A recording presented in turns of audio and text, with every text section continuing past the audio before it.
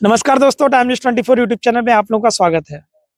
करेल के उपचुनाव की बात की जाए तो बहुजन समाज पार्टी, भारतीय जनता पार्टी और समाजवादी पार्टी तीनों पार्टियां आपस में एक दूसरे को टक्कर दे रही हैं। अभी हमारे पास बहुजन समाज पार्टी के कार्यकर्ता लोग मौजूद हैं। इन लोगों से बातचीत करेंगे कि बहुजन समाज पार्टी करेल के उपचुनाव में किस प्रकार से अपना दमखम दिखा रही है।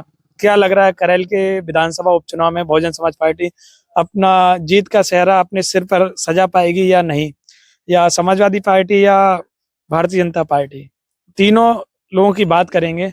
अभी फिलहाल में बात करेंगे बहुजन समाज पार्टी की जो प्रत्याशी हैं उनसे। आपको बातचीत करके मैंने बता ही दिया है, पर यहाँ पे कार्यकर्ता मौजूद हैं। ये लोग क्या सोच रहे हैं वो सभी बातचीत करेंगे। नमस्ते दादा। नमस्ते नमस्ते। क्या नाम है आपका? नवरत्न सिंह बौद्ध अच्छा, ये बताइएगा कि आपके प्रत्याशी महोदय अवनीश कुमार साके जी हैं। जी। क्या लग रहा है करेल के उपचुनाव में बसपा का क्या समीकरण रहेगा? कैसे आप सपा और भाजपा को चुनौती दे रहे हैं? करेल विधानसभा में नंबर 1 पे बीएसपी रहेगी, क्योंकि बीएसपी का जो बेस वोट था, पहले कुछ स्वार्थी लोगों ने उनको गुमराह कर दिया था। आज वो पुनः अपने घर में वापस हो चुका है। प्लस जिस समाज का प्रत्याशी है बहुजन समाज पार्टी का, उसका जो है 99% उसका समाज जो है प्रत्याशी के साथ है। उसके बाद में जो अन्य समाज जो है, जिनको माननीय बहन जी के कार्यकाल में उनको लाभ हुआ, सम्मान मिला, सुरक्षित रहे, वो पुनः बहन जी के शासनकाल को याद कर रहे हैं और वो आज जो है पुनः बहन जी के साथ खड़े हुए हैं।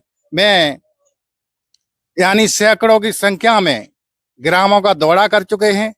माननीय बहन जी ने हमको स्टार प्रचारक भी बनाया है, तो मैं गांव-गांव जाकर के देख रहे हैं कि जो लहर 2007 में बसपा के लिए हुआ करती थी, क्योंकि गरीब तबके के लोगों की जमीनों पे कब्जे हुए, गुंडई हुई,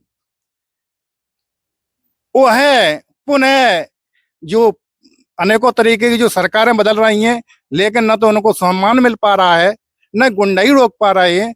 तो पुनः वो जो तबका है जिनको अछूता कहा जाता है, वो पुनः बहन जी को याद कर रहे हैं और वो पुनः चाह रहे हैं कि हमारी बहन जी पुनः मजबूत हों, जिससे हम लोग मान सम्मान सुरक्षित रह सके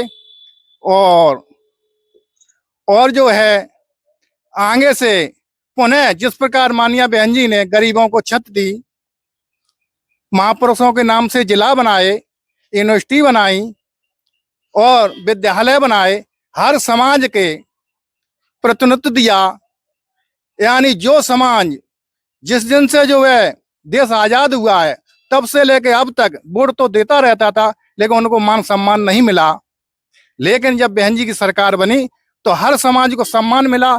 हर समाज के, चाहे वो अध्यक्ष रहे हों, चाहे कैबिनेट मंत्री रहे हों, राज्य मंत्री रहे हों, या भूमि विकास बैंकों के चेयरमैन रहे हों, उपाध्यक्ष रहे हैं, उन्होंने जात विशेष देख करके निर्णय नहीं किया।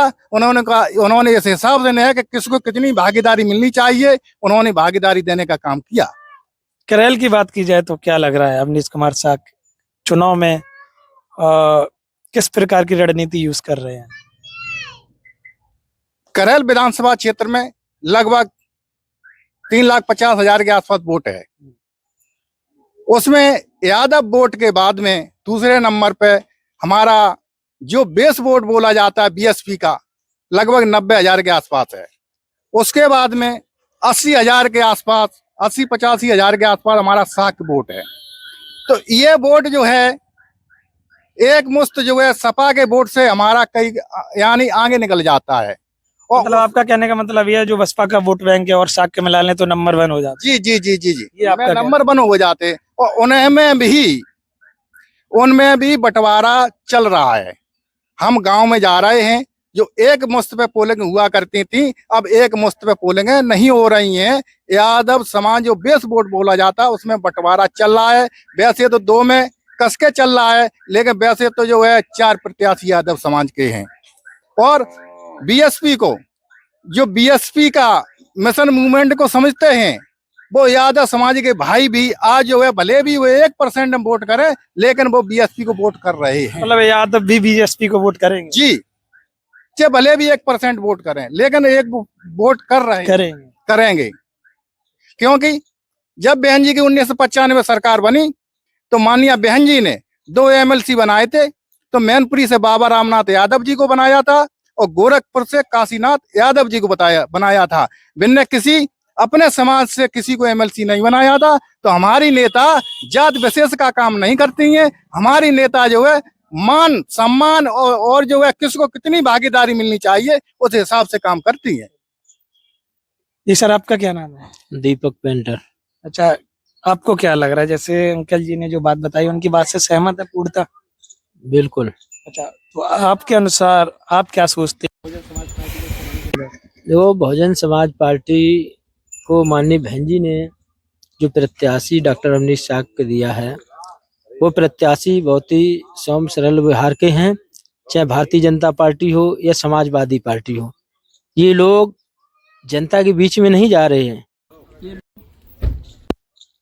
सभाएं कर रहे हैं। सभाएं में भीड़ भी नहीं आती है, लेकिन ये टाटा बाय बाय करके निकल जाते हैं। लेकिन बहुजन समाज पार्टी के प्रत्याशी गांव-गांव, घर-घर जाके सभी लोगों से आशीर्वाद ले रहे हैं और जो लोगों का उत्साह और प्यार देखने को मिल रहा है, इससे भारतीय जनता पार्टी और समाजवादी पार्टी दोनों ही बौखलाए हुए हैं। अब की बार करहल विधानसभा क्षेत्र में बहुजन समाज पार्टी एक नया इतिहास लिखने जा रही है। यहाँ से बहुजन समाज पार्टी के प्रत्याशी डॉक्टर अवनीश शाह निश्चित ही चुनाव जीत कर लखनऊ विधानसभा में पहुंचेंगे। अच्छा, जीत का बड़ा दावा किया, अंतर कितना रहेगा? हजारों की संख्या में हम करहल विधानसभा से चुनाव जीत के जाएंगे, क्योंकि आज बहुजन समाज पार्टी की उत्तर प्रदेश में 3 बार गठबंधन की सरकार बनी है और चौथी बार पूर्ण बहुमत की जो सरकार बनी है, माननीय बहन जी के शासनकाल लोगों ने देखा है। माननीय बहन जी के शासनकाल में चाहे बहन बेटियों की इज्जत का मामला हो, चाहे अपराधियों का मामला हो, कानून व्यवस्था के नाम से अगर कोई शासन किसी ने चलाया है तो वो केवल बहुजन समाज पार्टी की राष्ट्रीय अध्यक्ष बहन कुमारी मायावती जी ने करके दिखाया है।